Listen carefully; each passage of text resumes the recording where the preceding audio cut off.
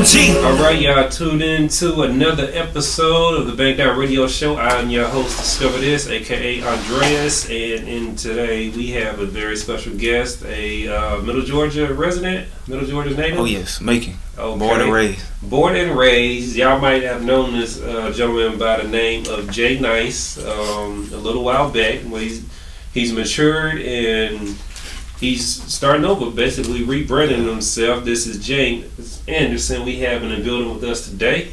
James, appreciate you coming through. Oh, likewise, man. It's a pleasure. I appreciate the opportunity. Hey, no doubt. Now, the interesting thing is that I knew about Jay Nice, right?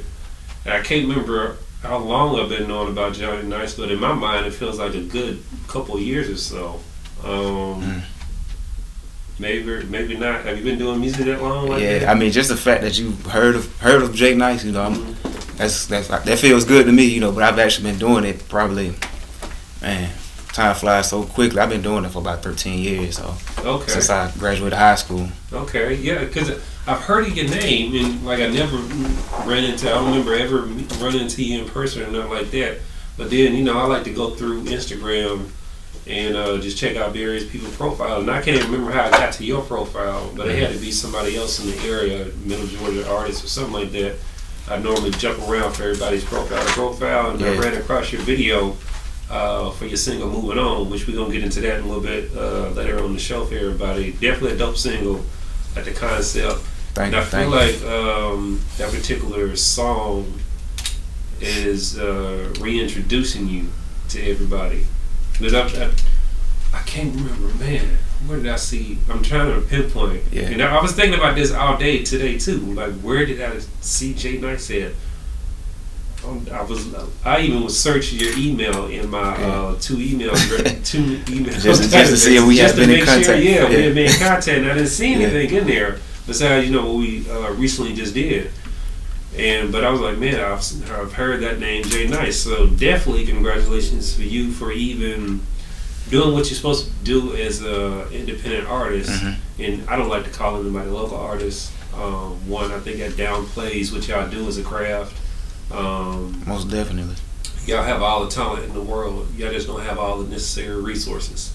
And that's the only difference between y'all and major label artists, in my opinion. And that's why I don't call any independent artists that I run into local, because if someone can stream you, download you, and purchase you in the next city over, or even 3 city overs or whatever, the next state, you're not local.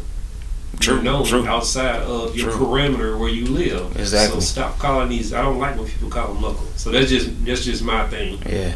And I tell a lot of different people when they come into the show too, regardless of what they are. Like I had Mama D on the show a couple of weeks back. They had a lot of different personalities and just different business people and people who are in the music business as well, and not just artists. But when they try to call them local, I'm like, no. I know myself. I try to get away from that term over the years also, but it's normally just indie artists now at this point. That's what you're doing. You're an independent artist. Exactly. And I think a lot of people run with that on a major label too, and they misconstrue what that is. And I think a lot of people too. There's been some things where you'll be there's some stories out there where you are a big time known artist, but you claim indie. But you're not really indie. Yeah. You've been sponsored by a major label. Now, I'm not saying that independent artists cannot have any sponsorships, but to me, independent artist is someone who constructs their own vision and has their own team that they are responsible for employing, not somebody who is signed to or secretly signed to a major label or whatever, just screaming his indie flag because it seems like a burning topic right now and it's trending. Excuse me. And their bigger labels telling them, no, call yourself indie, whatever, make you look good. That's the new thing now. Yeah. That's the thing. Being indie is hot now. I just get so wrapped up in it, and I hate the politics of a lot of different stuff. But like I said, definitely big congratulations to you just for even being able to do that, because I don't think a lot of independent artists realize how much work and effort you really have to put into this to get your name going. Yeah. A lot of them jump into it because, it's something to do. It's like, well, if they can do it, I can do it, or, and they just, take their stab at it, but they don't pursue it like it should be pursued. I'm like, this is a full-time job, actually more than a full-time job. It's building, I say y'all build three things all at the same time. You're building a career, you're building your brand, and you're building a company. Mm-hmm. Everything, yep. Yeah, and those three things, sometimes they run parallel with one another, and then sometimes they split off in a little bit of directions. Sometimes you might do something for your career that you necessarily wouldn't do for your company, or for your artistry. Yeah. And vice versa, or whatever. So I like to, tell them like, hey, this is what you're doing. But definitely, congrats on you doing that. I love to see independent artists out there working. Thank you. Being patient. Yeah, that's what it is. It's a game of patience, but also being persistent. You said you've been doing this since high school. Yeah, that's since about late '03. Okay. And I guess I'll say seriously since '07 though. But I started making music in '03, and then in '07 I really got serious about it when I guess I felt like I had progressed a little bit, and I saw got some peer reviews kind of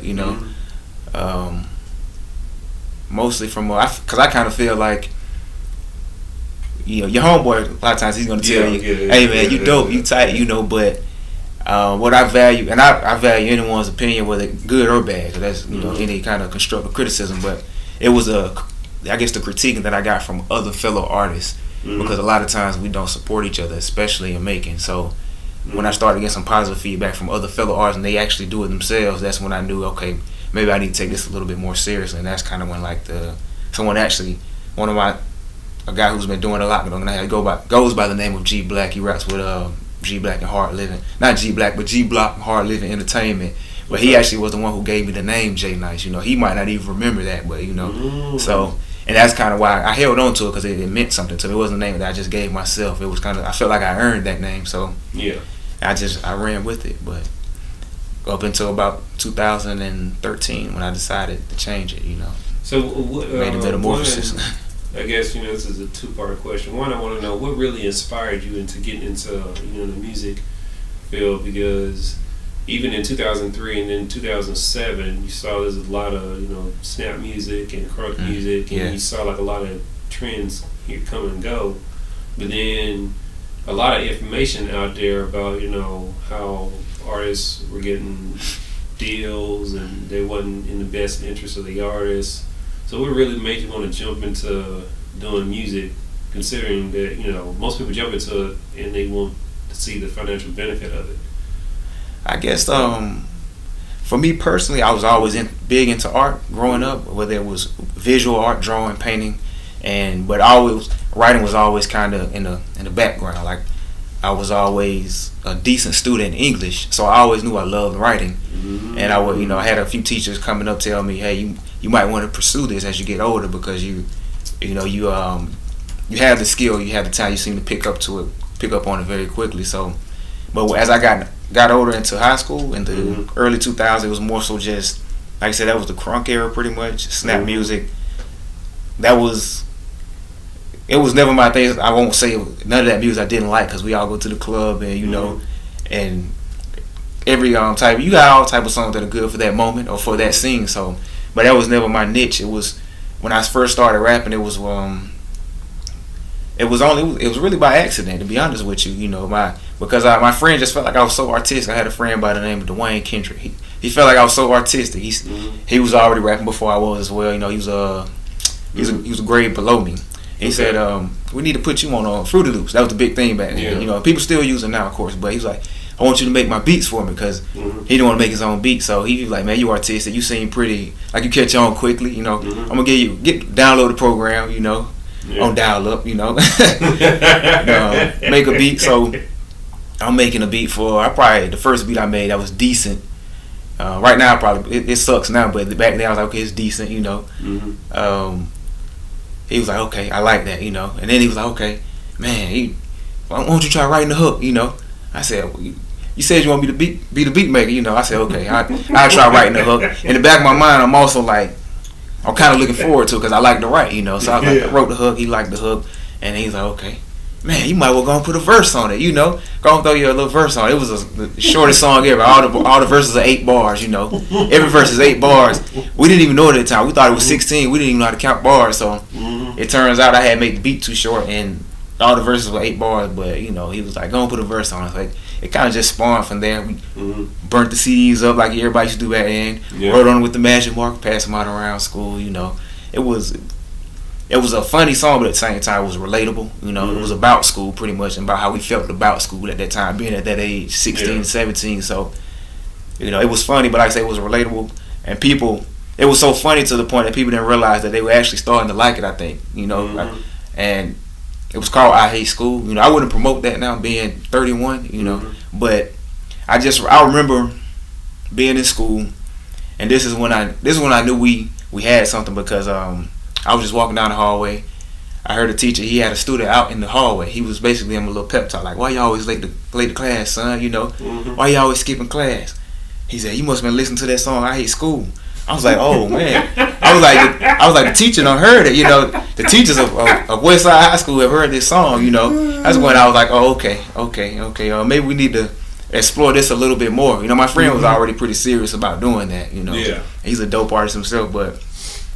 And after that it was on. I was just like, yeah, I think I definitely need to follow this a little bit more, and because everybody relates to realism. Even if you like the snap, the crunk music, everyone is always going to relate to realism. Even if like quote unquote conscious rap isn't their thing, they still will listen to it. They'll always find something they can relate to pretty much. And that's the thing about realism. You know, to me, it's the day to day, and that's what I get from because I was going through listening to your songs. And I get to listen to all of them, but the ones that I did listen to, that seemed like the consistent theme.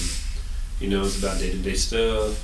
You know, you're not out here just promoting violence and all these other stereotypical things that you would think most rappers would want to promote because, of course, they're trying to not just, some of them, of course, live that life or some of them are like adjacent to that life. Yeah, that is their reality. There is their reality. But, you know, it's not everybody. And then, you know, of course, because of what's being put out there as far as what's mass consumption, you know, even the aspiring artists that go out there and want to do it feel that that's the route that they have to go down.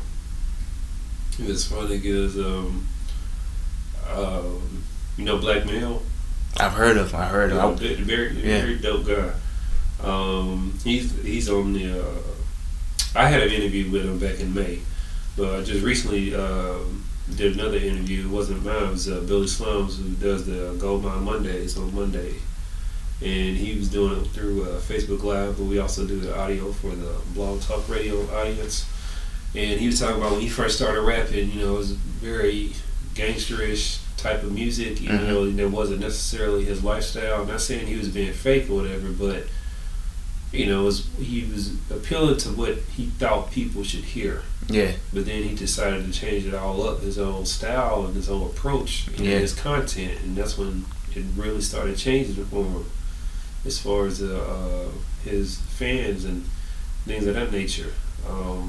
So I think, you know, being real, you know, and people identifying what you have to say and just hearing your thought process from a different perspective, and even like saying simple stuff, like, you know, even like with like nursery rhymes or whatever, you know, like hickory dickory dock or something like that, the mouse running after the clock. If there's some way that you can conceptualize that to where they can see it, and it's said a different way. You know, I think that's art in itself, and you know, being able to do that, and a lot of people, like you said, they're not able to do that. Just a lot of people in general struggle with English. So being able to do that, I definitely think that is one of the skills. Did you like writing poetry or anything like that when you were young? Yeah, all of that. Short, mainly short stories, but it's probably, I say split half and half. I don't know which I like best, short stories or poetry, but yeah, I really dug all of that. So, you know, of course, English was my favorite. English and art, those were my favorite classes. You know. Yeah, I can definitely understand that and see where that goes for. I did the poetry and the poems, and just loved the use of language. just learning different styles of writing, and studying Shakespeare and the I am pectimeter, where it's like the 13 syllables. Yeah, haven't heard that term in a while. Yeah, it stuck in my head. I'm like, I remember that from 10th grade or something exactly. like that. So definitely dope. As far as your progression and what you have done and accomplished thus far, can you give us like a little, breakdown of what you've been able to do thus far to this point in your career? To be honest, I still feel like I'm a baby in the game, Okay. and that's just being transparent, I don't want to get on here and act like I'm just this, even if we use the term local, I only want to act like I'm a local star, Mm-hmm. I still, when I step in the booth or anytime I sit down to write something or I get a beat, I approach it as if this is going to be my first song and this might be my last song, so Mm-hmm. let me make it the best I can. But I would say, I know how you just spoke on Billy Slum. You said maybe early in his career he kind of spoke about things he necessarily wasn't experiencing himself. Mm-hmm. I kind of went through that from that 03-07 phase, because like I said, that was the thing. I'm young. I'm Mm-hmm. between 18 and 21, so so you just grieve. Yeah, I'm kind of yeah. And it's like I said, especially growing up in Macon. Mm-hmm. But I can also understand him. I guess, kind of writing about those things, just putting it in words so that people can understand who actually don't rap. Because even if a lot of times we don't experience, a lot of times we grow up around those things in Macon. Mm-hmm. So it's almost like we might have went through it firsthand. We were kind of still there. Mm-hmm. So we were there as far as a second person point of view. Mm-hmm. It's just, but a lot of times the guys who are actually out there doing those things, they're not the ones who can put it into words or are actually going to say, hey, I'm about to sit down and make a song for the people so they can understand what's going on. Kind of like what NWA said. It's like we're just giving an outtake of what goes on in the hood, what goes on where we stay at. Whether it's the hood or not, it could be the suburbs. But we're just letting the world know this is what goes on, because you all may not know. You all are just looking in. You just got your one point of view, but you don't have our point of view, which will be the closest to being the genuine one. But yeah.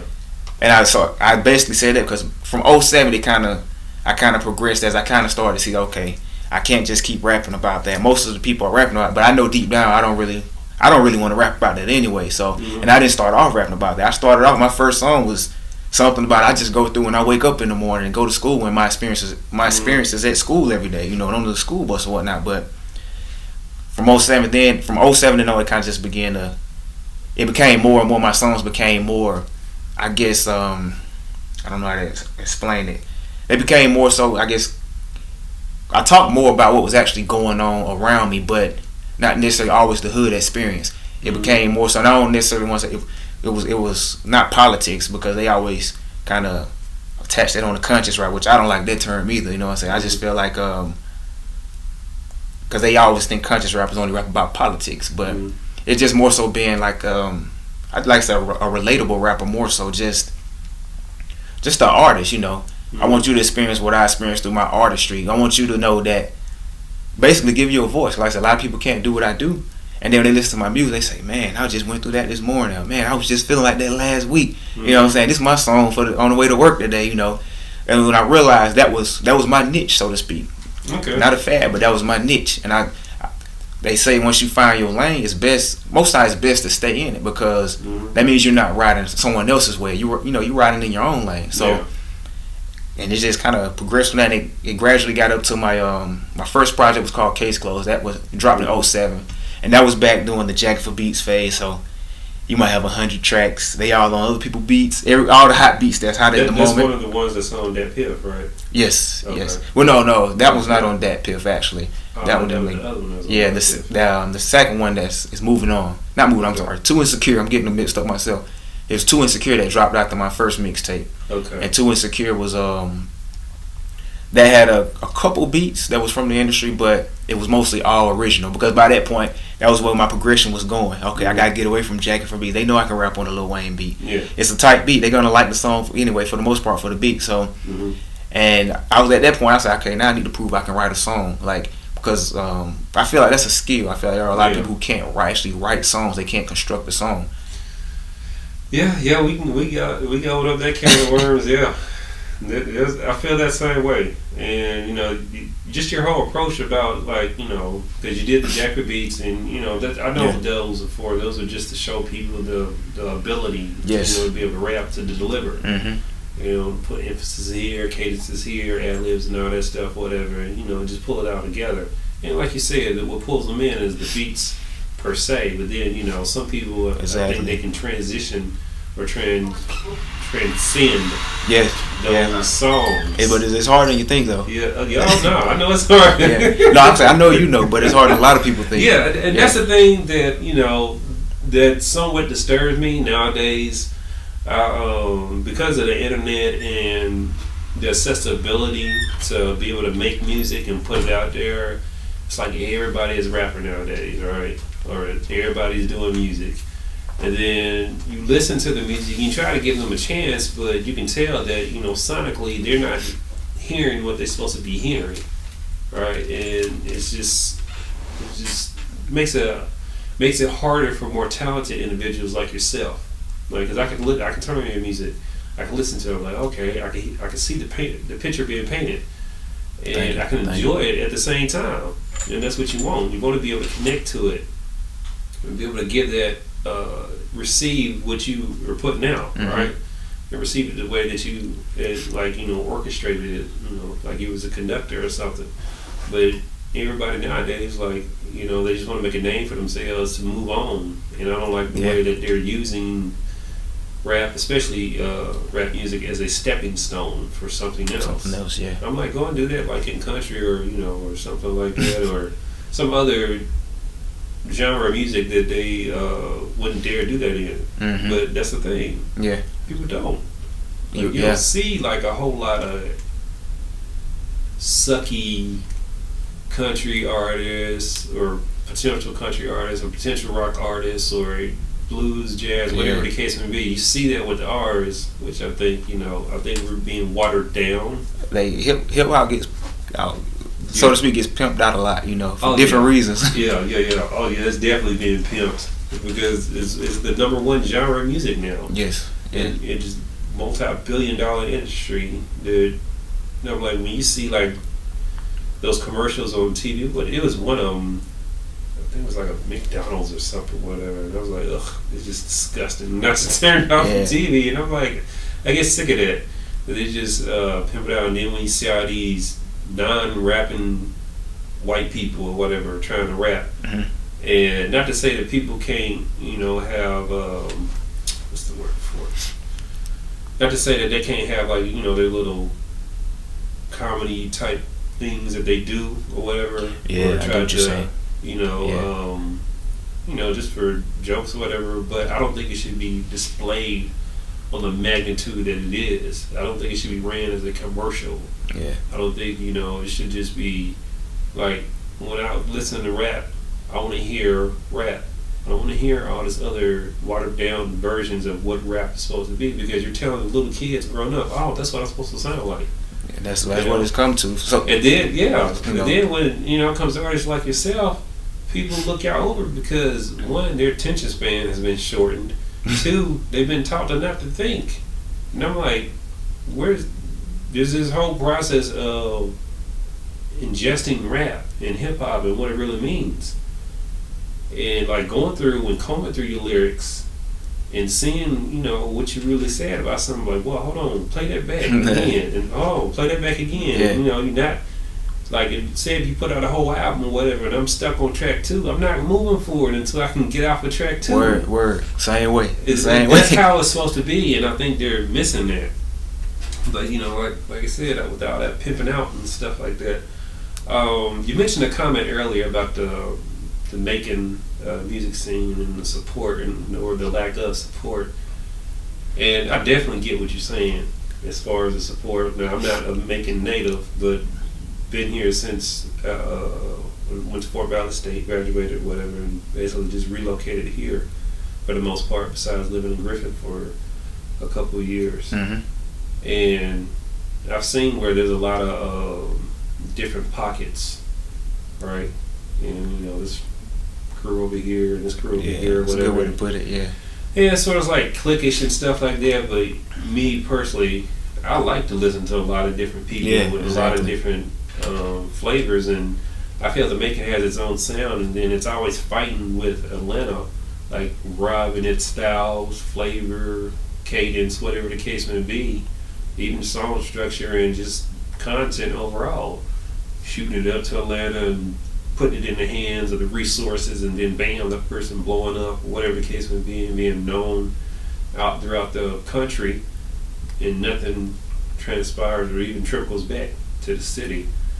With that being said, as far as the support that you were talking about, why do you think it is that a lot of Middle Georgia artists or Macon artists are not willing to support one another?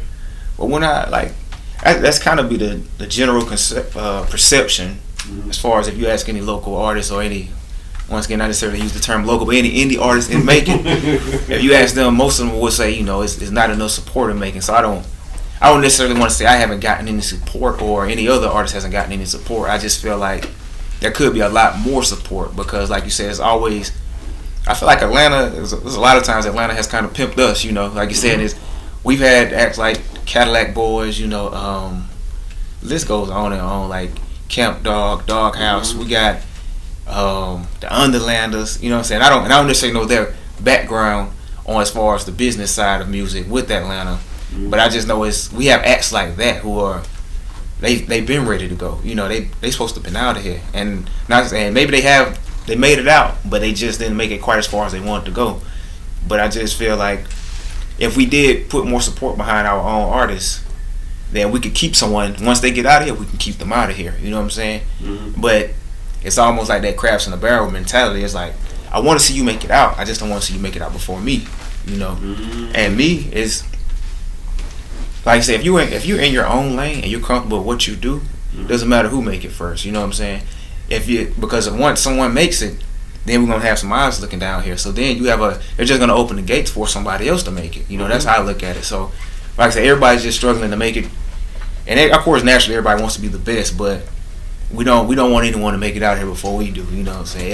If somebody else makes it out here before I do, I'm glad, because if they don't mind actually, once they get in front of that camera, say, I might do a lot of work in Atlanta, but I'm never gonna forget I was born and raised. It started in Macon. You know what I'm saying? As long as they do that, then I'm happy. You know what I'm saying? Even if I never make it, because that makes me proud. You know what I'm saying? All that does just shines a light on the city, but that's pretty much about it. It's just, there is some support, but it could be a lot more, because if there was a lot more, man, it's so much talent down here. That's all I can say. Yeah, and it's been talent down here since the early '90s. It definitely is. I run across a lot of different talented people in the city, and I get a lot of different music, and I play a lot of independent artists on the show, and a lot of them are from Middle Georgia or Macon area. Yeah. But we're going to get into your single, Moving On, let the public hear that. Anybody out there, you got looks like you got some people calling in. If anybody want to talk to Mr. Anderson, you can do so. Just hit that number 1. When we get back from this single titled Moving On, we'll be able to answer your questions. We're going to dive into this conversation of what we're going to do in the future to support one another.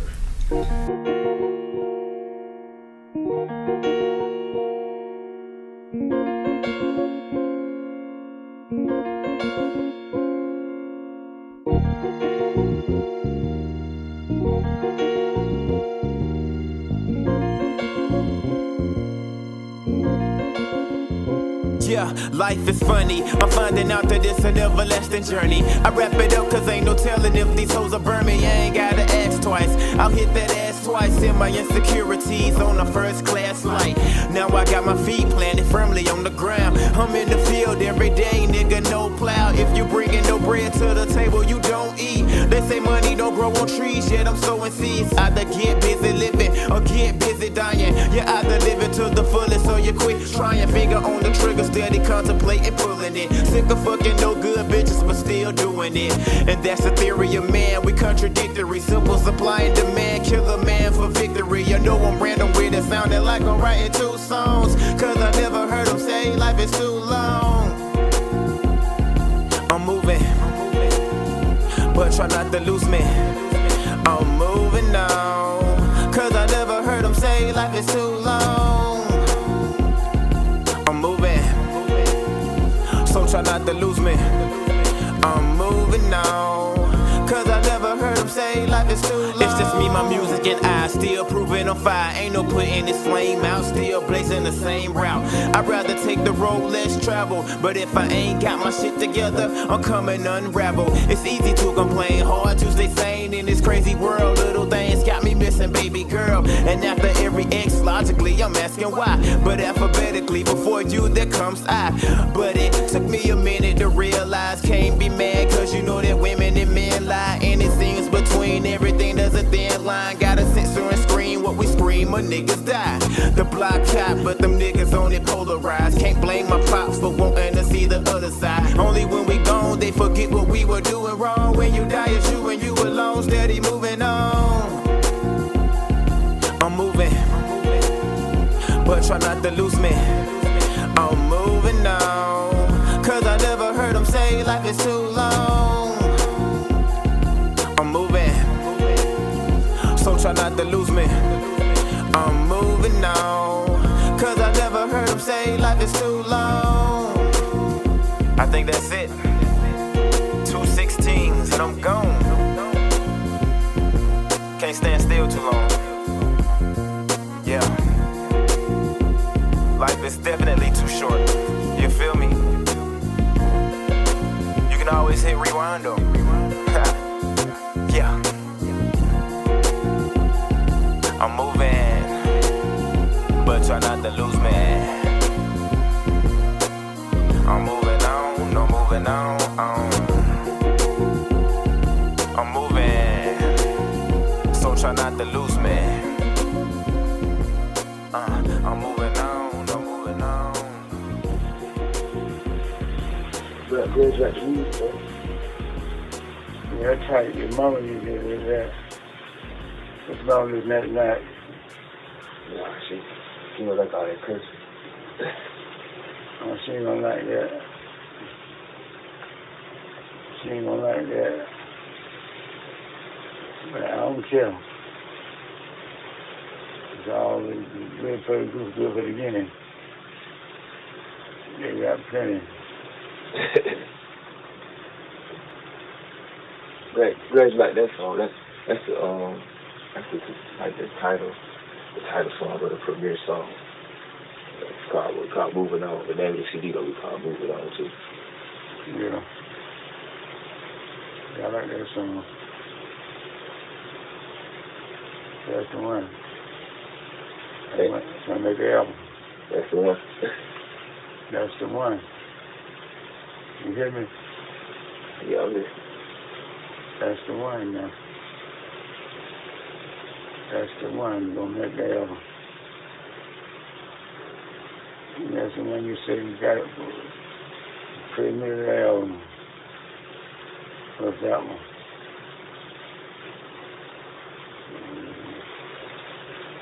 I hope so. I think so.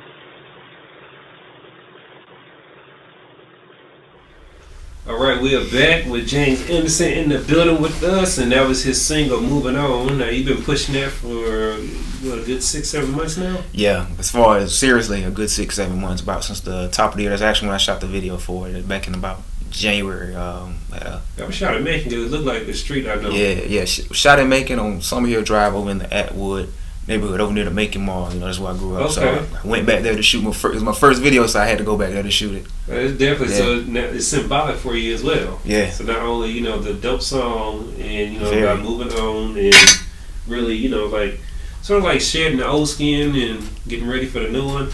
But then because you shot it, you know, in your old neighborhood area, it has more meaning to you. Yeah, I had to. So I was online. I was looking at the views. I think you had like 700 something views now. Yeah, roughly. Any progress is good progress. So. I'm not. Definitely, I think that's dope, and those are all organic, and you didn't really put any marketing dollars behind it, did you? Nah, I haven't. I need to actually, you know, probably consult with some people to actually push it out there like it should be pushed. Yeah, I definitely do that. We can talk about that later. But I do that as well. But yeah, that's actually, you know, one of my talking points. I did want to ask you. So with you doing the mixtape or the mixtapes per se, and then the Moving On project that you have on Dat Piff, and then I think that you said that particular project has a couple other songs on it as well. Yeah.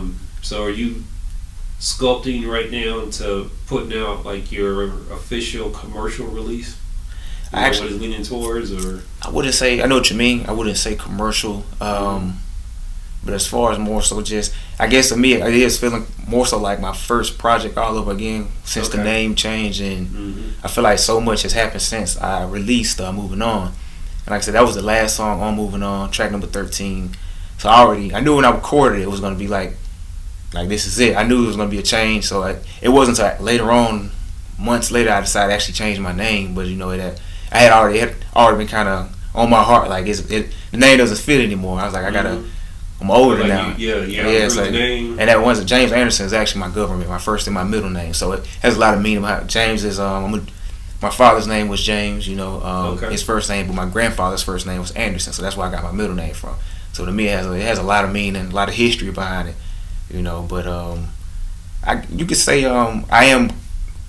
That's a great word, sculpting or crafting my official release, so to speak. The one that I know, because I think all my previous offerings haven't been pushed the way they should have been pushed. I didn't have like the paperwork right, things like that, and the right people on my team, which I'm finding out it's really hardly anything in life you can do on your own.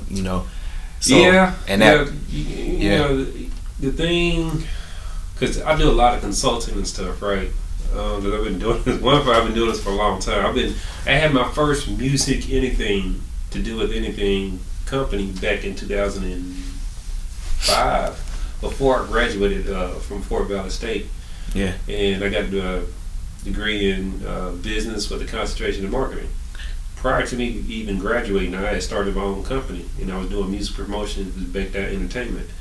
And at that particular moment, people don't understand music promotions, but prior to even starting the company, I went and did all the research. I spent like $2,000 just on books alone. Yeah. Like literally. That's what I wish I had done, earlier on. $2,000 on books.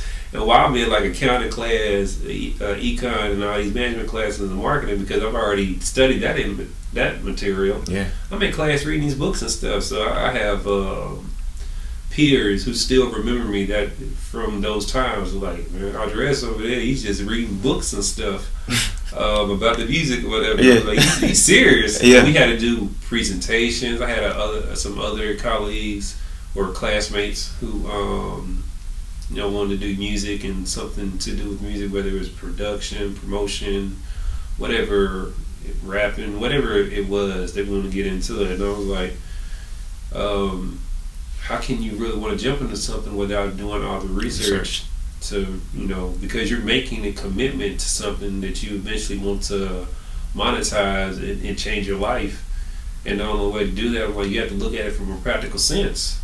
It's just like starting a business. Well, it is starting a business. It's not even just like it is starting a business. And so I wanted to learn everything I could, but in learning that, I learned all this stuff. I learned about publishing, royalties, all this stuff. But I've had people hit me up talking about, man, can you read this contract I was presented by this person? So I'm going through the contract, no, that's right. No, that's not right. Yeah. And I send it back to them, I'm like, hey, you might want to watch these points or whatever, and the reason why this isn't right is because based on all this other information I've gathered, this isn't a standard norm. Now, every contract is not the same, but you can find stuff that's normal between all of them, right? Just a general baseline for something. And of course, you can pick and choose what you seem valuable to you. Like, some people might argue, a certain royalty percentage or points, they would want higher or whatever. I'll be telling people, take the standard, but make sure you have a guaranteed release date. Because if you don't, the contract in itself is just a recording contract. That's all it is. Gotcha. If you don't have a guaranteed release in there, then it means nothing. May not ever come out. Yeah. Exactly. Yeah. And all that time you have put into something for someone else to have your destiny in their hands. You know, it is what it is. And, different people, different strokes, different folks or whatever. But I always, researched stuff before I jump into it. So the fact that, you know, I do all this, what I'm doing now, and I created this platform just for independent artists. And I've opened it up to like independent businesses and entrepreneurs and just people doing good in the community, because I've had some nonprofits on here as well. But excuse me, I'm sorry. But I just wanted to give everybody a platform, you know, to be heard and have their music heard. Man, and it's what we need, you know. I don't think there's enough out there. I was just about. I don't think there's enough. You know, there's a few. You have Mixtape Monday at Sparks that Super Day holds down from 107. You know, and shouts out to Super Day. He's one of the few DJs as far as I've come in contact with. He's really for the music. You know, he's not. He like you. He's like, oh, if he likes it, then he has no problem supporting it, playing it on the radio. You know, no matter how independent you are. You know. Yeah. But I've always had that. That's that reverence or that respect for him for that, because when even years back, you know what I'm saying, no one knew who I was. He didn't even know who I was, but he liked the song that I gave him to play, and he was asking me, hey man, can I use this on the radio on Sunday, you know, or you need to come perform, you know, at Mixtape Monday. So that's one of the few platforms for the indie artists around. But like I said, there aren't enough. You have this now, your show, you have that, and then like off the top of my head, I can't even necessarily think of another I've been seeing regular platform. Like, just platforms are being heard and exposed. You have that, of course, you know, Super Day with the Mixtape Mondays. Yeah, of course, the Bankedoutt Radio show. And then with I was telling you earlier with Billy Slum, even though he's affiliated, we're business partners in some respect, but then I also let him do some things and create on his own, and I just help support. He does the Gold Mine Mondays, which he introduces artists to his audience, and because, you know, he has been signed to CTE back in the day, and gotten all those notorieties with those different people. Like I met Fiend through him and a couple other different people. The guy was very, very funny as far as just his energy. I didn't think he would be that funny, but he was just funny and entertaining. So he does that and introducing people to his audience, and then it crosses over, and, you know, he's doing that, and we're helping build that platform. But then you have was it Sin Sounds, who was doing the Cathedral. Now, I don't know what he's doing. I guess they're getting reloaded for season 2 or something, but he was going strong with that.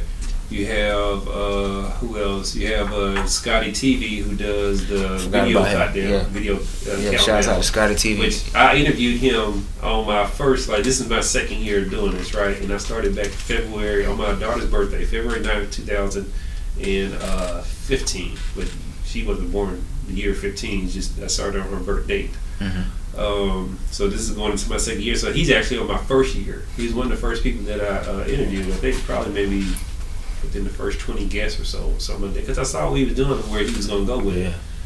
He's gotten bigger than he was doing when he first started it. But I love the consistency of it. Yeah. You know, so he has that. And then I'm sure there's some other more out there I just haven't maybe ran into. But yeah, we need more stuff like this. I'm like, Atlanta has it all the time as far as different resources that the underground and independent scene can use. Yeah. And I'm actually taking this. That's why I hooked up with Jay Sims, and we're filming like a lot of the interviews now. So now I can offer visual presentation as well. Not only will the audience who's listening now hear it, and shout out to everybody listening. This goes across 18 states and 5 countries. That's what's up. But they'll also be able to go back and sort of like the Breakfast Club, you know, and see the interview part itself. And then, like, I was telling Jay Sims earlier, he was telling me that, you know, when I do people's stuff, you know, the artists who have the videos and stuff, I can just plug them in. So we're definitely you're going to be the first one. Okay. Plug your video on the Moving On. Man, appreciate that. Okay. Video as well. And then we're also creating some other stuff as well. I got a new thing that we're creating. It's going to be called the Bankedoutt News Network, in which it's going to be like a news segment. So sort of like CNN, but it's going to focus on black businesses. I'm going to highlight one each episode and talk about that for about 5-6 minutes. I'm going to talk about artists, I'm doing artist review where I go through their entire project and review it, and then like give it a grading point scale based off of like lyricism, production, creativity, packaging, and probably delivery. That's gonna be dope. Yeah. And then I might have an artist of the week, someone whose music I know is just hot, even though everybody might not have heard it. But I, when I hear good songs, I hear good songs. And then I'm gonna do like business tip of the week, and then like a little funny something or whatever, 30-minute show once a week, and we're gonna start filming that here pretty soon.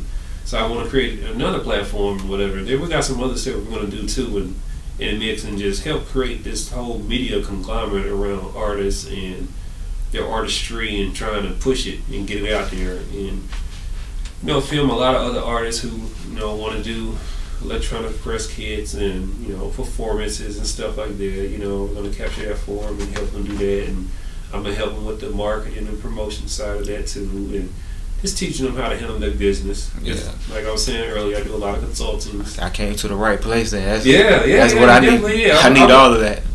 With all the different stuff I've done and the different people I'll always bump into and network with, I'm sort of like I don't like to say Walmart because I don't like Walmart.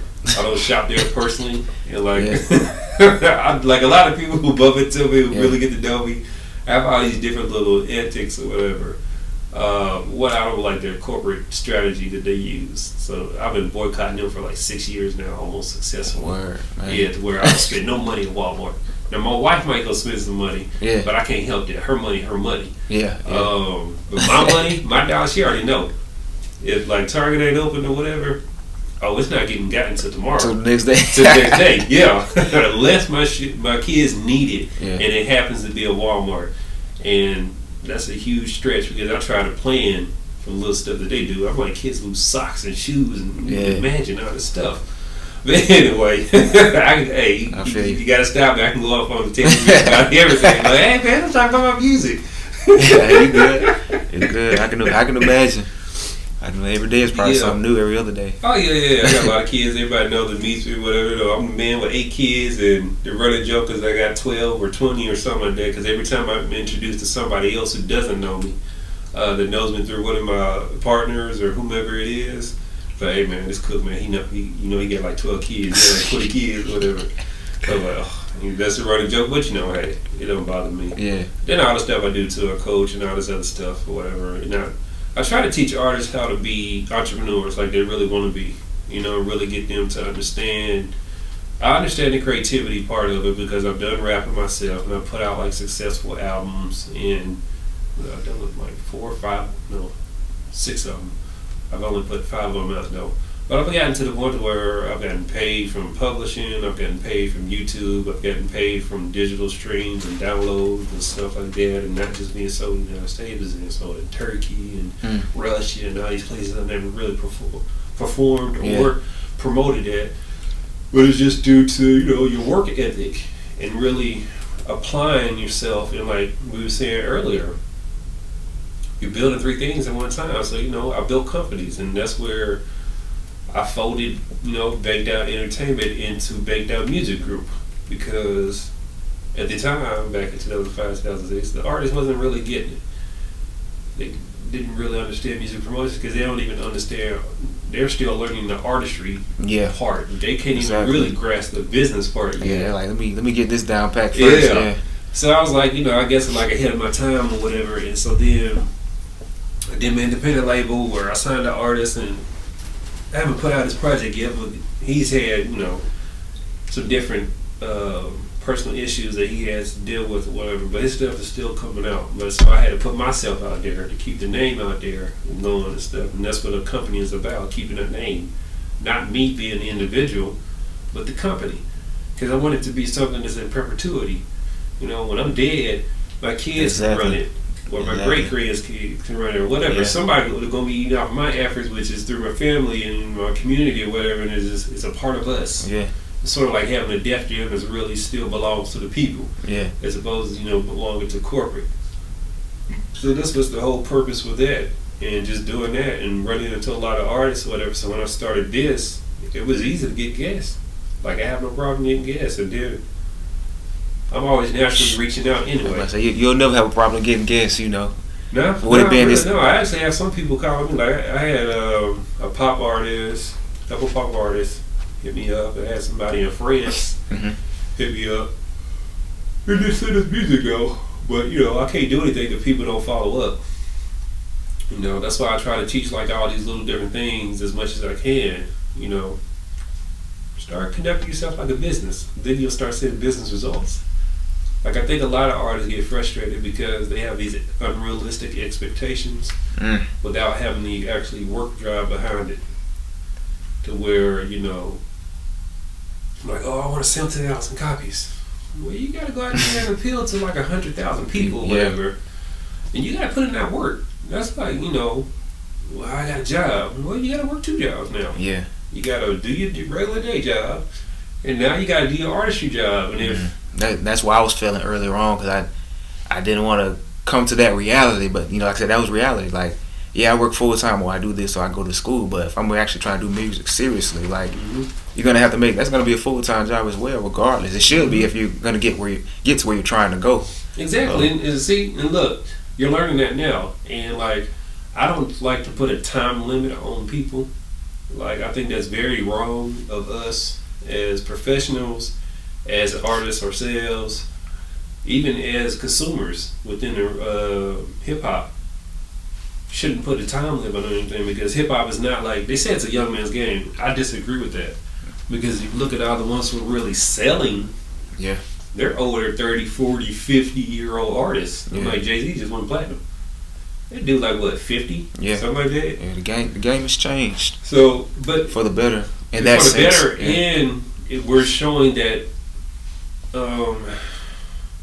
it's hitting its stride, like rock and, you know, R&B and all these other genres. It's growing up. It's not in its infancy stage anymore. It's not in the development stage, sort of say. Like, you know, if you look like a product life cycle or whatever, I don't think it's really hit a peak yet. I think it still can grow a little bit more. And then, you know, it'll probably like either stay at that same capacity or it'll dwindle down a little bit, but because of the nature of what it is, it's always changing, and it's changed at least 7 to 8 times that I can think of just in a brief 40 to 45 year history. And no other genre of music has really changed like that much. And because you have all these creative forces pushing boundaries, and they somehow make it to the top. And it's always the great thing about rap and hip hop is that it blends a lot of other music. Yeah, I was just about to say, I think the reason it hasn't been able to change so many times, it's so adaptable. It's just, I think it's one of the few. I won't say few genres, but it is one of these genres that can grow with the times. So you know, even when the times change, hip hop can grow with it just because of the nature of it, because of the storytelling and things like that. Because the party scene actually changes. It doesn't stay the same from, you know, like you had the crunk party scene, like you stated earlier in the show. It's not the crunk party scene anymore. It's a different sound now, you know. But hip hop adapted to it, you know, or I guess that's what it grew into, so to speak. But it's always evolving, so to speak, you know. Yeah, and it's like the parts of it, just what it's built off of. It's not something that was, you know, built off of something that just had this old traditional type of, I guess, I don't know, foothold to a pennage or something like that. Yeah.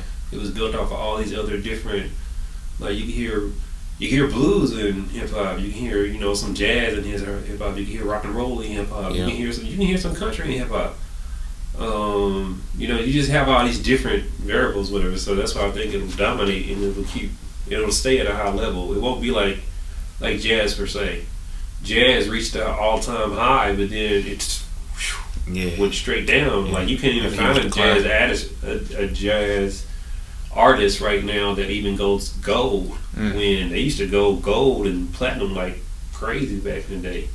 You can't even find that with even with them streaming and adding those all up and everything, that counting for times and stuff like that. So yeah, I definitely think it has staying power, and it's definitely, you know, it's going to change with times, and it's going to, like I said, it's going to evolve because of the people and stuff. And now it's so interjected with everyone. So soon you'll have 5-year-olds and like 95-year-olds dancing to the same song.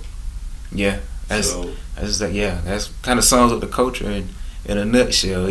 Yeah. You have the music for the older heads, but you also have the music for the kids now. It's just, I think that's one of the good points about hip hop is that it's just so, like I said, once again, and really at any age is something that you can relate to.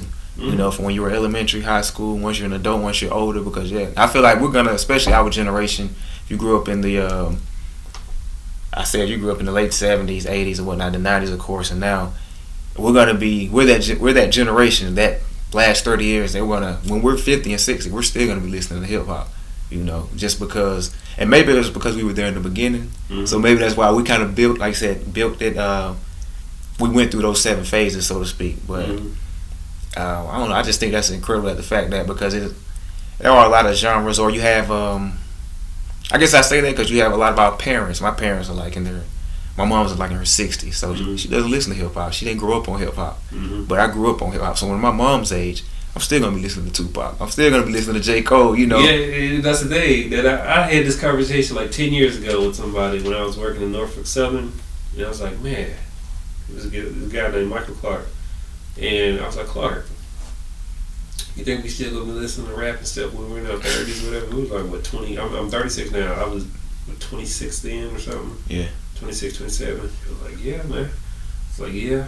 I don't think I ever stopped listening to it. 10 years later, I'm still listening to it. Like, you still hear it the same way. Like, yeah. It still excites you when you hear something. Exactly. Especially like new stuff and when like something I really like to listen to when like, cause I love lyricism. I love dope beats.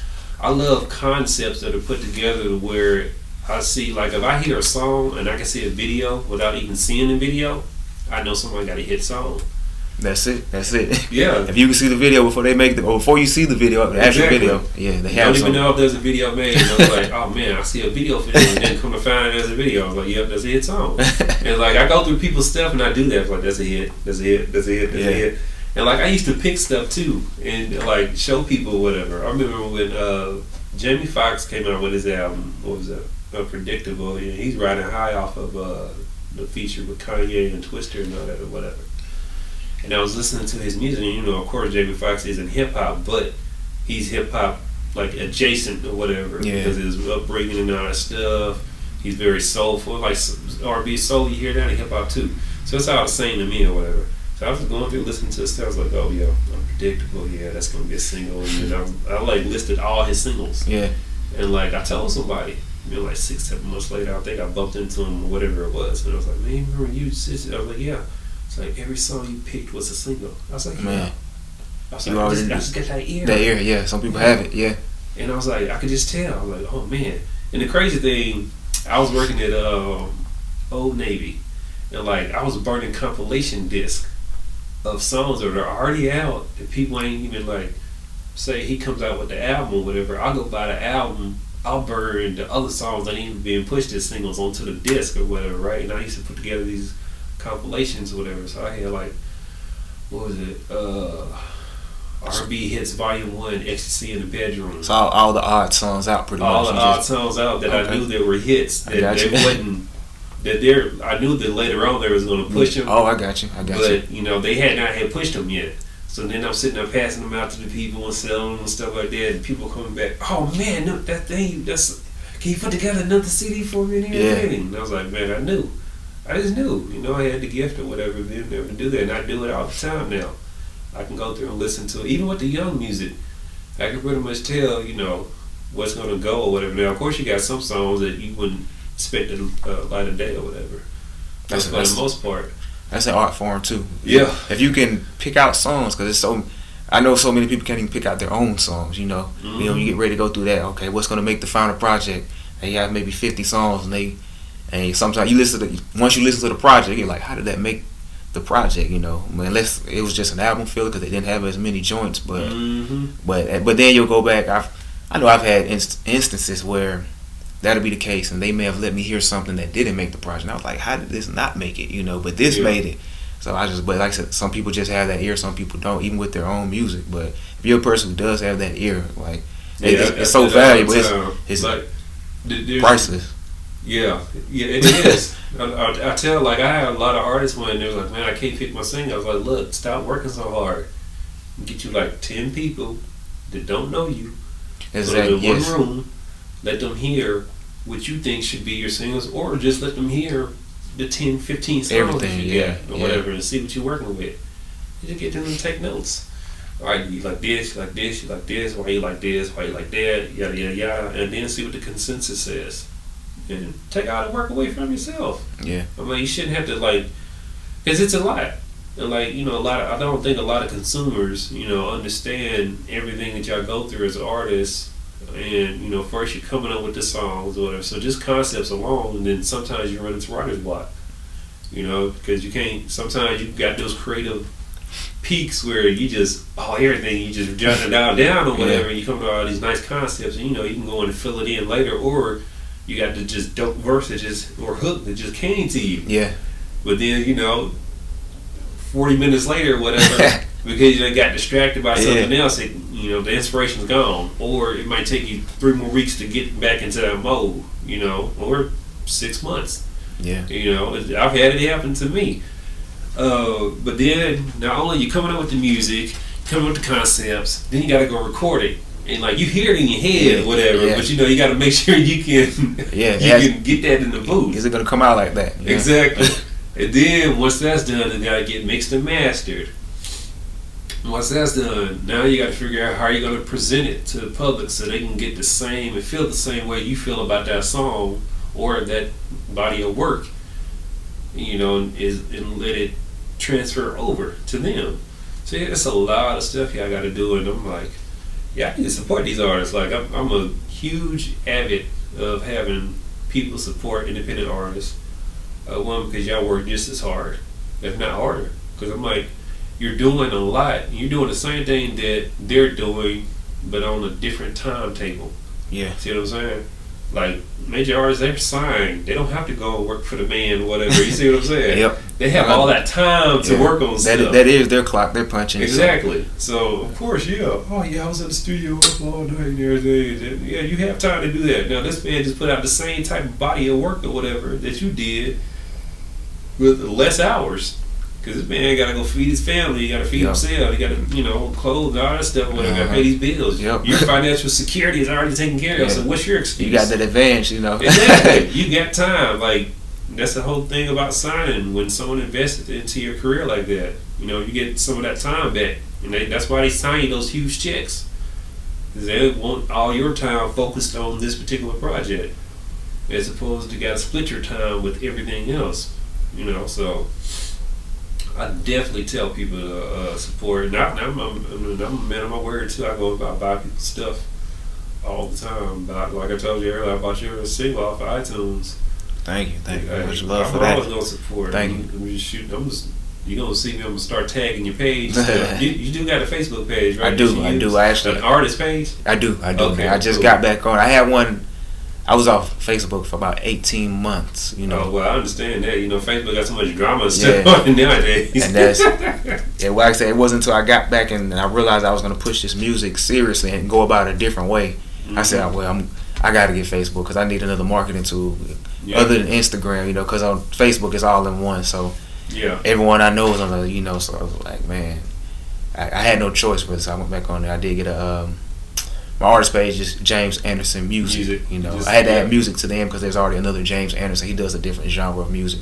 But yeah, I changed to James Anderson Music. So if you all are watching this or you're listening to this, make sure y'all go like that page because that's where I'll be keeping most of my updates for all the new material. Okay, and, definitely. I done liked it, and I'm about to like it as my Bankedoutt Radio page as well. So you're gonna get there. You'll probably get a couple more too. Okay. I mean, just like 2 up pages. It's crazy. Also, they can also add my regular page. My personal page is James Anderson Redding, Redding. You know, because I try to update both pages. But hopefully, as my followers grow on my music page, I can kind of just go to that exclusively, so I can keep my personal page just for personal use. But that is the main vehicle right now for promoting the music that's coming out. So get your music page up because one, it doesn't limit you to 5,000 and all like that. But then once you're at that particular level and you get in that particular realm, it's great to keep your personal separated from your business. You know what I'm saying? Because even though you're doing it's all one to you, at some particular point, you have to slash it, Yeah. push it aside and everything, so you can just focus on when it's time to you. And say if you go on a rant or whatever, and your fans don't per se agree with what you're saying, Yeah. they can be turned off about that or whatever. So, you know, you want to be able to keep the two separate or whatever.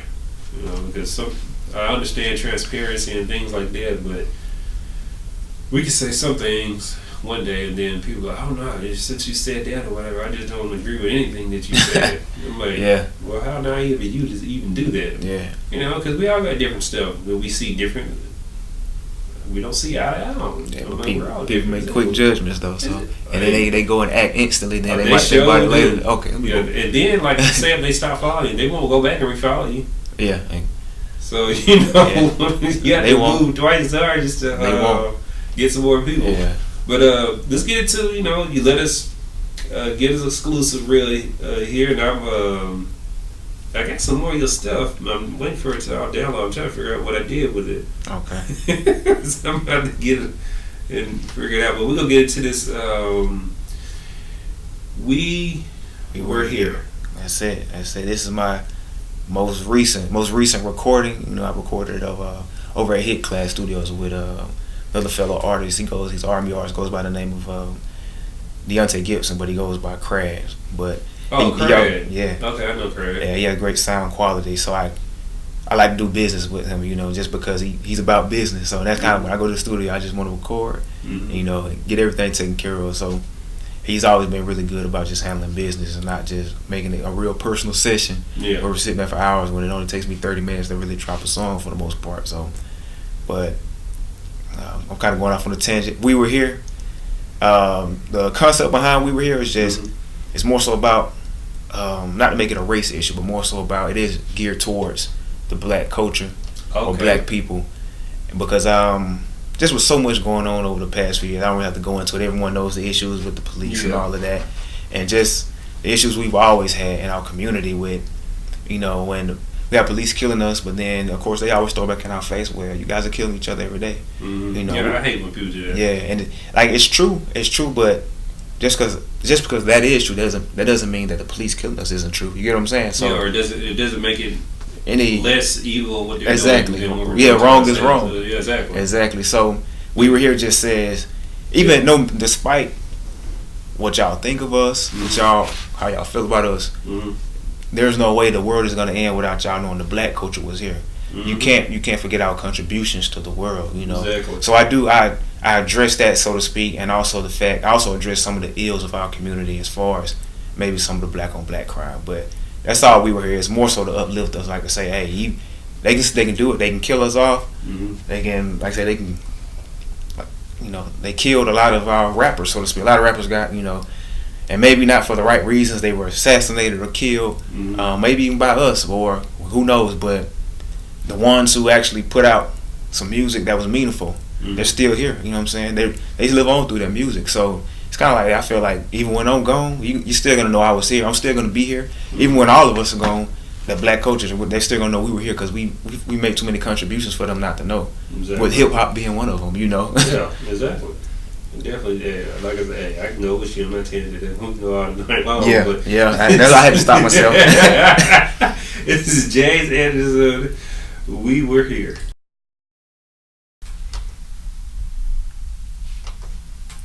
Alright, we back there to answer the door real quick. I don't want y'all hearing that. But like we were saying, the investment part, like that's where they lose it, and they lose it because they forget that you have to cut through all the clutter that's out there now. Like my statement I was saying earlier, because it's so accessible. There's so much garbage out there now. Yeah. Like, how are you supposed to compete with that? That's where the marketing dollars fall in. Yeah. That's why the garbage wins, because a lot of times they just put more promotion behind it than you did. They really do, and that's the thing. I was telling people like this. Like, I didn't like Gucci Mane way back in the day. I really didn't. Yeah. I just thought he was retarded. I think he still is retarded with some of the stuff he does, but you know, hey, as far as his music, he had a couple of good songs. But as far as like overall, I thought his music was garbage. You know, I was like, he winning though. The reason he winning because he out there working, he got that promotion going behind him. Even when he went to jail, he had Deborah, who was managing him at that time. He had not only her, but her. I'm like, it's not just her. People see her, but they forget that. I'm like, she's a business that has employees and stuff. Is that Walker's mom? Yeah. Deborah. Okay. What they call it, Aunt Deb or something like that. Yeah. Also, French Montana and Nicki Minaj went through her too. You don't give her the credit that she deserves, but. True that, yeah. She had a plan for him and keep his name out there, so that's how he was able to capitalize off all that. I'm like, because he went down for a good little minute, went down for a good year or so, couple something years, like that, and then came out and then went back, but that's how he was able to keep that name going. And I'm like, you saw a lot of artists at that time winning. Shoot, OJ the Juice Man got a deal. That dude got a deal with Warner Brothers and didn't nobody ever see from him again after that. Off of mixtapes, and he actually put out an album, and then he does a lot of. But they say OJ the Juice Man still be flipping drugs too, though. Yeah, I believe it. He be saying that stuff too. Like, dude, I don't know if you want to be saying some of the stuff in some of these interviews. It's like some of these interviews they be giving. They're not like Breakfast Club or whatever, but you don't never know who will get it because it can go viral any minute with enough shares and stuff like that. But I'm like, that dude got a deal, and there's just like a lot of rappers at the time getting deals and just blowing up on the national scene. But they was blowing up because they was putting in a lot of work, and there was work and money being dedicated towards it. And like people thought that Trinidad James just blew up. Like he didn't. I seen that dude's one. I met one of the promoters that did some stuff for him out of Mississippi. Spent $35,000 on that guy. Wow. And then his nationwide campaigns. He did college focused campaigns, and I know both of the companies because I get emails from those companies too. Like I get a lot of different emails. People don't even realize all the different stuff that I get. And I just go through and scroll it or whatever, and I'm like, oh yeah, I do remember seeing that. And I'll go back and check an email from years ago or whatever.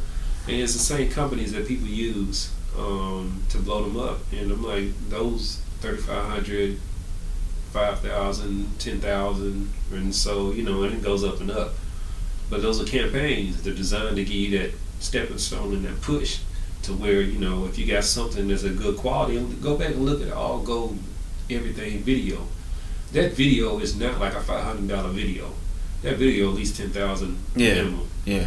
And I'm like, dude putting bread. Yeah. So if he's putting 10,000 just in the video, there's at least 30, 40, 50, 60,000 going in promotion behind the video. Yeah. And people don't forget about that too. Like a lot of artists will go out and shoot videos and forget that, there should be a video promotion budget as well. So you can't just throw up a video thinking that, ooh, I'm going to just share this a whole lot of times, which I understand why they do that. Yeah. But it's just, they don't have the information. And it really takes, money to get enough eyeballs on you to where you start seeing something happen from all that. Yeah. It's the same thing with business. If Coca-Cola didn't advertise, they would lose, even though as big as they are today, yeah, exactly. They would lose sales. They still need that promotion, Pepsi. And the crazy thing is that was one of my case studies in college when I did strategic management. The Coke Wars, the 100-Year War. Pepsi and Coca-Cola both realized that if they didn't advertise, that the other company would capture their sales. Yeah. Coke actually did that for 1 week. It was like, oh, we're not going to spend any money on advertising this week because, their marketing budgets are huge. Their marketing budgets are what some companies make in a year. Yeah. You see what I'm saying? Yep. Or 2 years, for depending on how big the company is. And that's just their marketing budget, let alone the all overall operating budget or what they bring in as a company. But when they stopped, Pepsi ate them up that week. Their sales dropped like 92%. And they knew. That's crazy. But the thing about it is that the reason that you market and advertise your stuff is that you never know when the consumer is going to react, right? But you have to be be already present in their mind, so when they do decide, they go with you. And that's the thing. That's what you're paying for. You're paying for that time convenience. So if I'm a consumer and I'm like, la la la, James Anderson music, Oh, okay. Yeah, it was music. Don't see it. Don't see it. Oh, I see it. I see it. I see it. I see it. La la la. 2 weeks later. Yeah. I want to go buy some music. You know what? I want to buy some Let me go music. check that out. Yeah. Oh, who's this artist I keep seeing? Oh, James Anderson. That's who I'm gonna go buy. But you didn't know that it was gonna take me 2 weeks though. But that's why, you know, that marketing has to consistently be there, and you have to put a budget behind stuff, and you know, just keep pushing and pushing and pushing, because eventually it'll get there, and your fans will discover you, and then you can use those fans to get more fans, and you just keep pushing along like it's a company and treat it like a company. I think if a lot of independent artists step back from what they're doing as far as creative side and let go of that, they can actually see themselves in a business capacity. They'll be able to switch, you know, because they say the left side of the brain is for logical thinking and all that stuff, and the right side is for the creativity or whatever. But it seems like creatives and artists and people of that nature have a lot of the right side that just takes over most of the time. But you got to be a more balanced person, and you don't have to be the best business person and all that. You just have to understand the concept of business, or you know, just know how business works in practical means, right? This is kind of like they say, even a lot of times,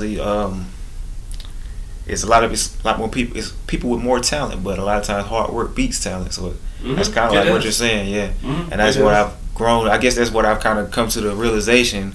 Like what you're talking about marketing, that's another major point I want to hit on this year, as far as from here to the end of the year. Like I've even with moving on, a lot of people don't even realize that it was recorded so long ago. You know, it was recorded years ago. You know, but I always knew I had already chosen that as my number one single. Whenever I start recording videos, which was long overdue, I said that's going to be the first video I shoot.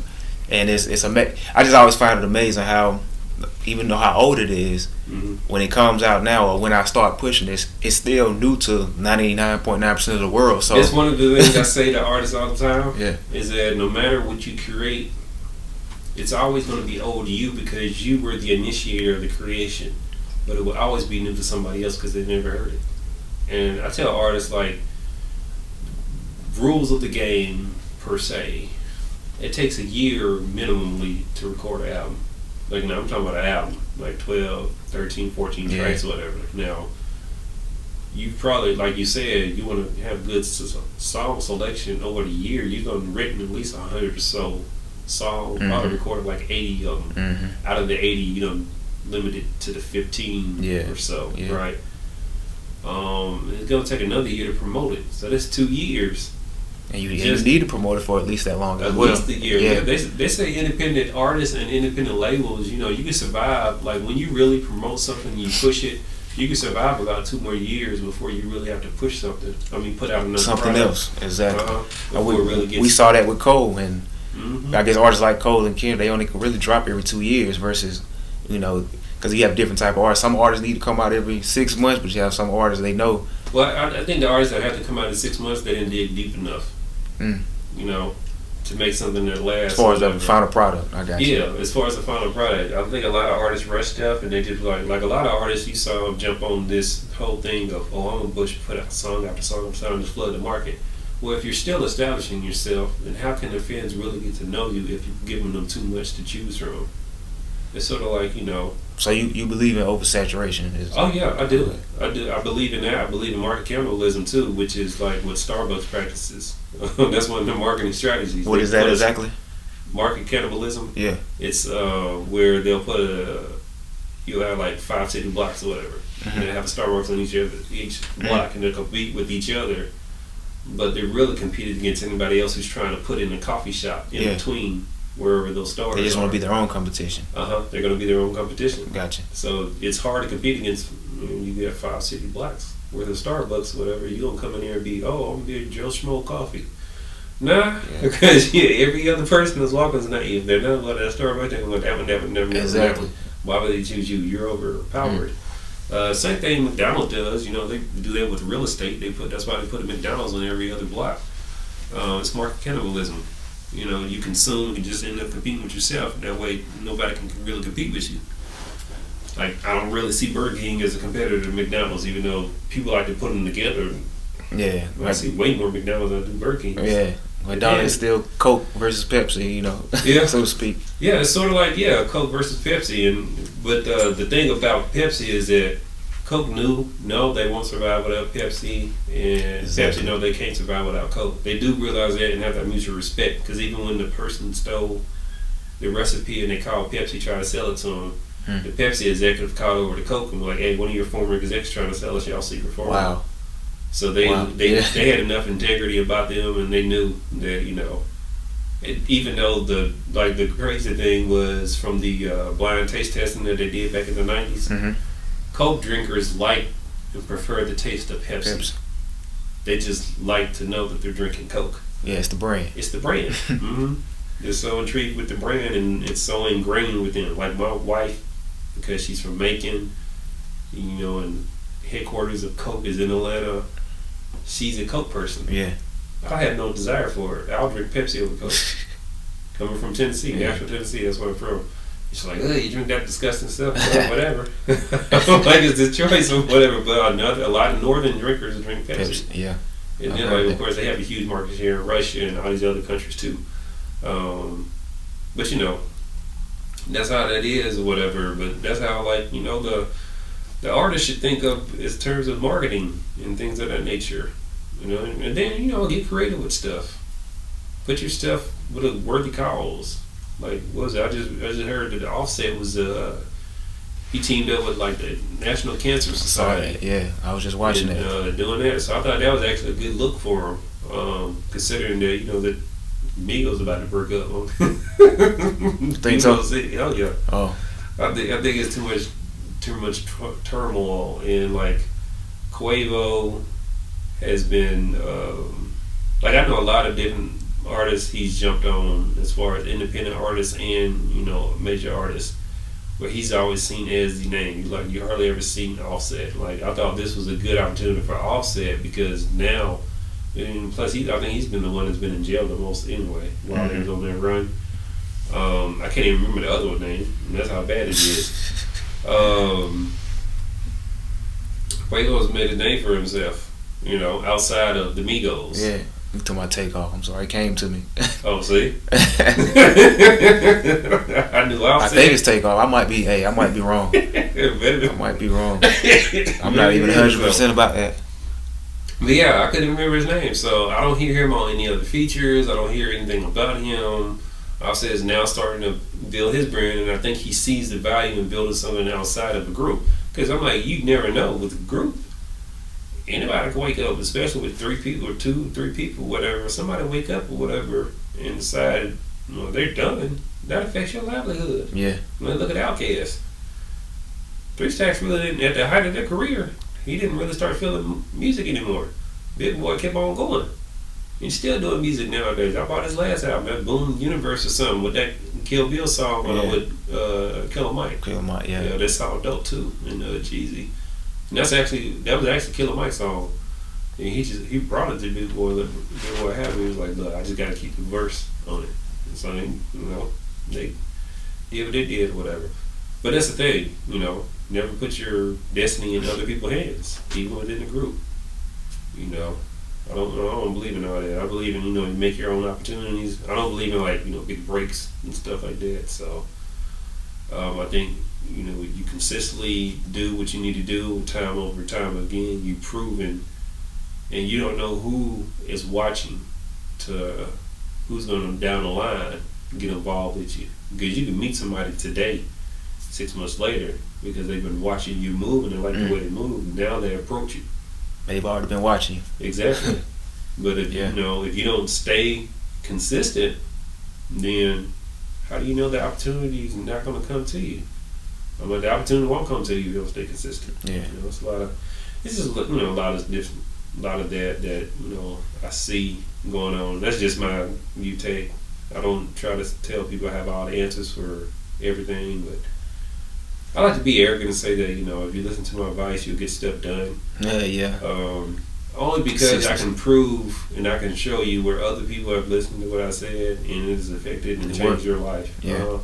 Now there's this guy that goes by the name T Money Baby. I play his music on here too, and he's in Dayton, Ohio, small town. Consultation for him. He was selling a little bit, but not like he's selling now. Increased his sales by 3 times. He total 2016, he did on Spotify 100,000 spins, right, in 1 year. No, he grinded it out just because he listened to me though. Yeah. Like, you got to grind it out. You got to engage with your fans. You got to follow up with them. It's this whole process you have to do.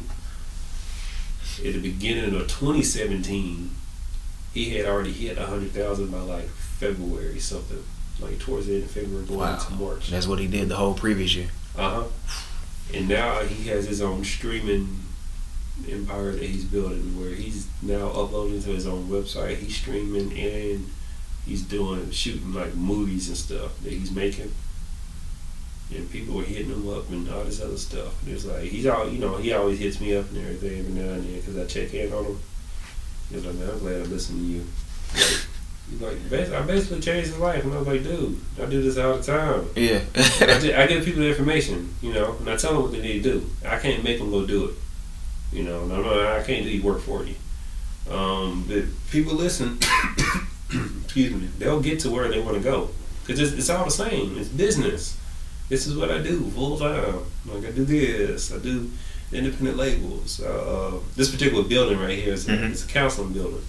So I'm diverse and I run a counseling business as well. I got the stuff with JCMs I'm working on. We go get that going and tell her what I'll be doing, 2 years from now or even 6 months down the line.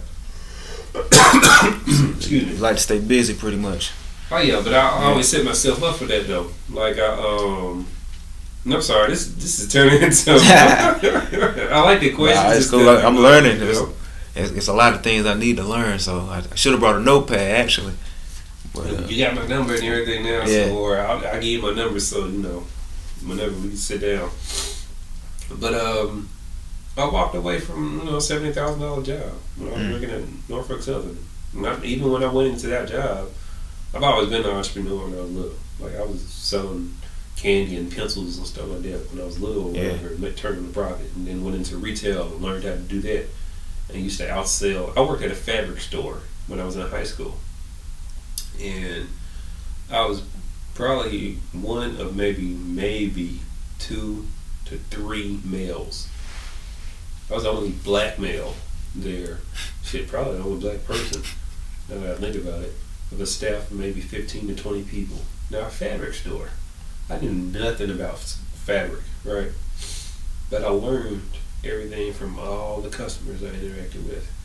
We used to have product of the month that we had to push, right, as an upsell, when they come to the cash register to do the transactions.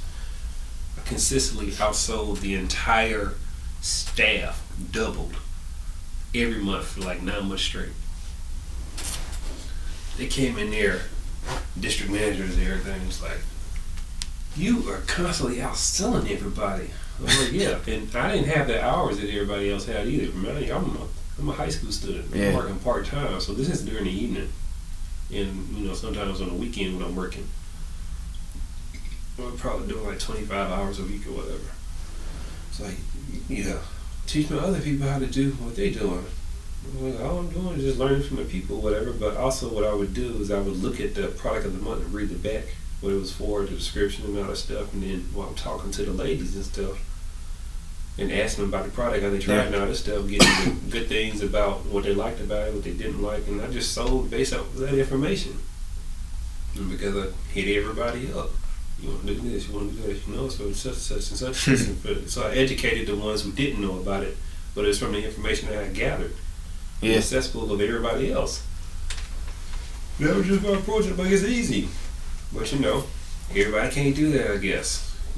Just some people make things more harder than what they have to be. But I've always thought of creative ways to do stuff to execute, knowing that I had limitations, knowing that I only had 4 hours that shift or whatever. Yeah, I couldn't get there until about 5 o'clock. I had to catch the bus or whatever. My store closed at 9. Yeah. And I only had maybe a 6-hour day on Saturday, maybe, because I was still, underage or whatever. So I called work like 8-hour shifts during the summer. I couldn't work 8-hour shifts during school year, even on the weekend. I think we could only work up maybe, and this was Tennessee law, 6 to maybe 7 hours at the most. but everybody else had to still get their hours. So I had to show why I was worth getting promotions and stuff, and being able to do that. So one of the things I did when I was doing fast food or whatever at KFC, I learned to drive through so well that I could pack your order, take your order in, exchange your money all within like 30 to 45 seconds. And then when the manager tried to put somebody with me, they'll slow me down. Yeah. Get your ass over there. Go to the front end. Yeah. You messing up my process. Yeah. So I had people going through the drive-through just, I'm like, man, who was that on drive-through just getting people in and out? They will try to promote me to manager twice. Man. Like, man, I'm in high school. I can't be working 40 hours a week. I want to graduate. I got stuff to do. But I knew that doing all that stuff and other people realizing what I could do at that particular time, I was like, oh man, I'm gonna be like shit when I get older. I got something here. Exactly, I got something there. I got some skill sets that I can do stuff.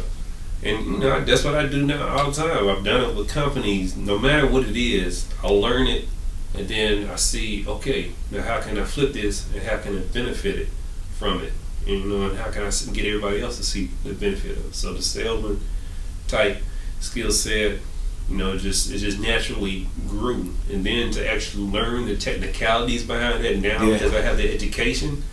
Oh man, I'm the best of both worlds now. I got the experience and the education. Exactly. But that's the same thing I do with the music and the music business. So that's what I try to, educate a lot of aspiring artists and up and coming artists, and people that I see that are young now, like the 18, 19, 16, 17 year olds or whatever.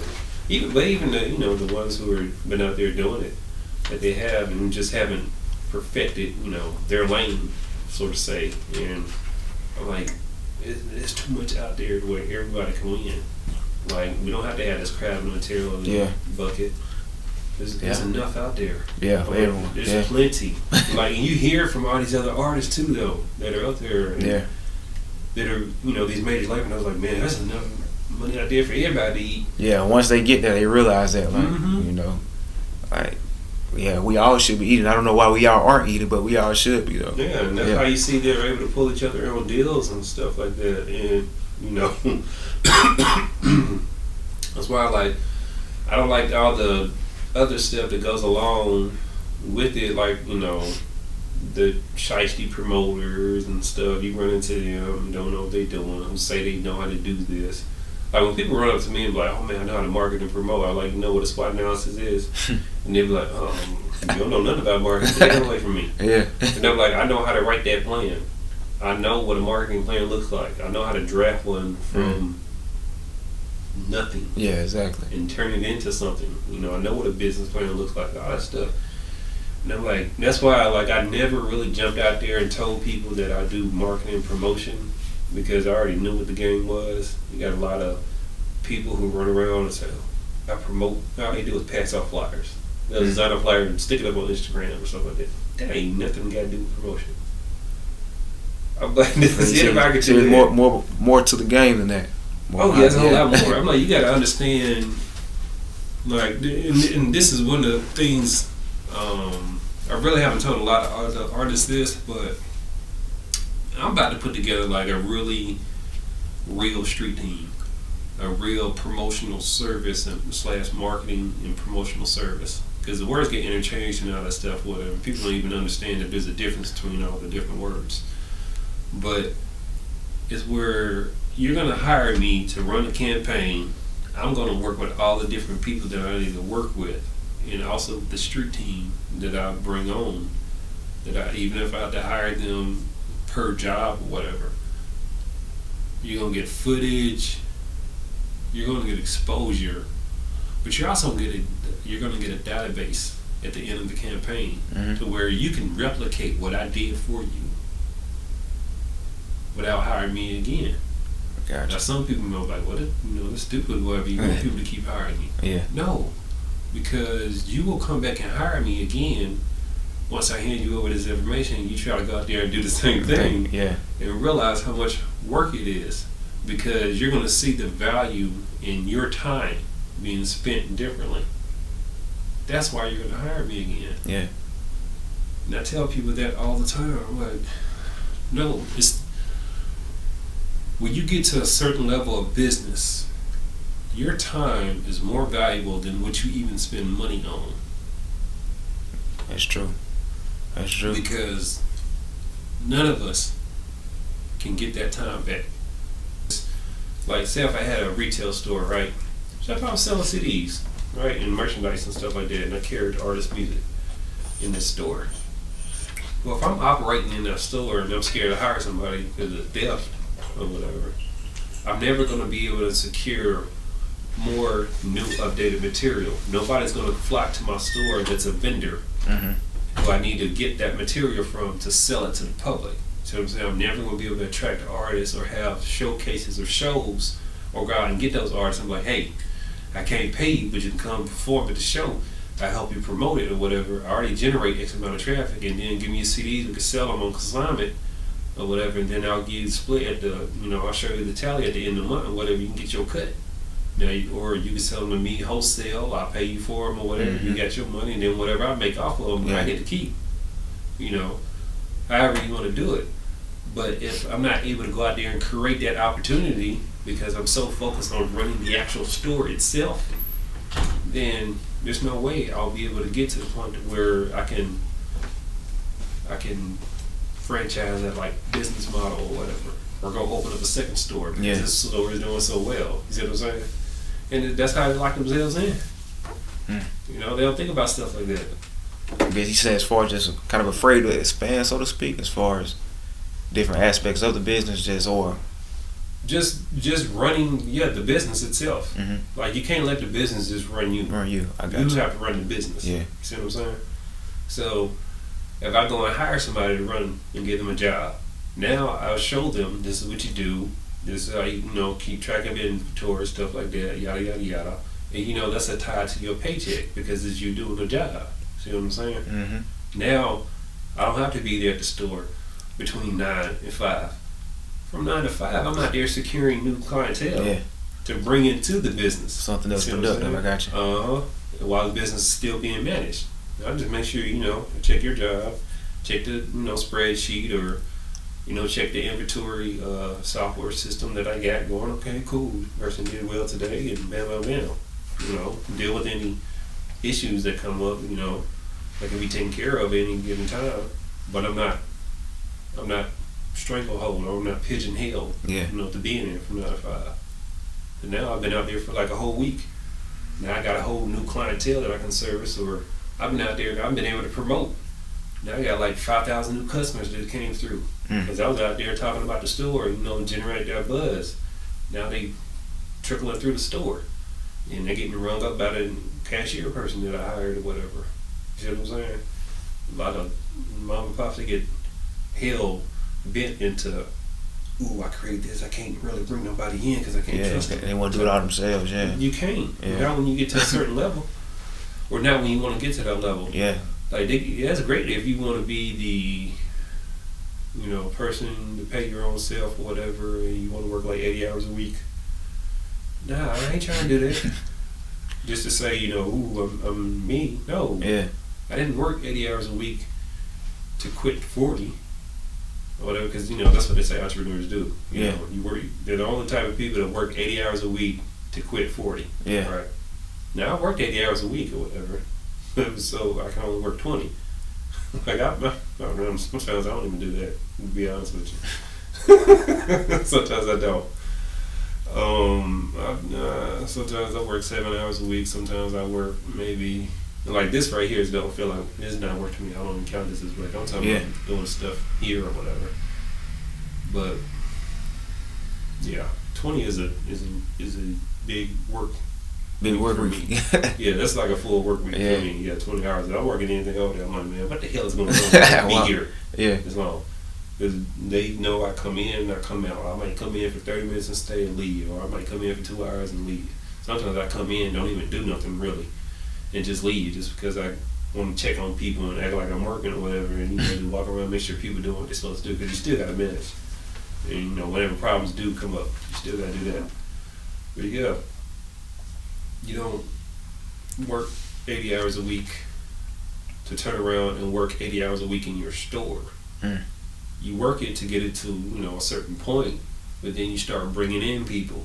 Yes, it's gonna cost you money to pay those people, but you're gonna make so much more. Yeah. To cover their expenses of paying them, to where that's what you want. You want the rewards of your hard work and taking that risk and doing what you did. Same thing with music or whatever. Like, you know, you learn rap, you learning, you know, the performance side and everything, then you might start taking on like clients or whatever, or somebody kids might love you, or some parent might love you, like, oh man, my kid want to learn how to do that. Oh yeah, I can show him, coach him or whatever, you know, and that could sign up for like a monthly coaching class or something like that. You know what I'm saying? Yeah. There's all sorts of ways you can do that. Then now you done built this, excuse me, you start to build this company where you offer all these different services and things of that nature. And now, you know, it's not just, making money off my music, but now I'm making money off my skill set or whatever, and I got this other residual income coming in. And now I'm, you know, showing people how to do this and do that. And once you catch one success story, they start flocking in. Because everybody want to see how you got there and what you did and what was the secret formula, when there's really no secret formula. It's just being, you know, persistent and just learning that step outside yourself. You know, step outside of what you create or, you know, or what you started. You know, set it free or whatever. Manage it. Make sure, you know, it's flying in the right direction. But, you know, you got to set it free and bring other people into place. Yeah, you got to let it evolve. Yeah. You do. So I know we got off, you know, on a, you know, a good little 20-minute spiel and everything. We got about 4 minutes left. Is there anything that, you know, you want to leave the people with, or? I guess I got my final word would probably be don't run away from your destiny, because I think a lot of us, we have it'll be just knocking us over the head for so long, and we just like, nah, you know.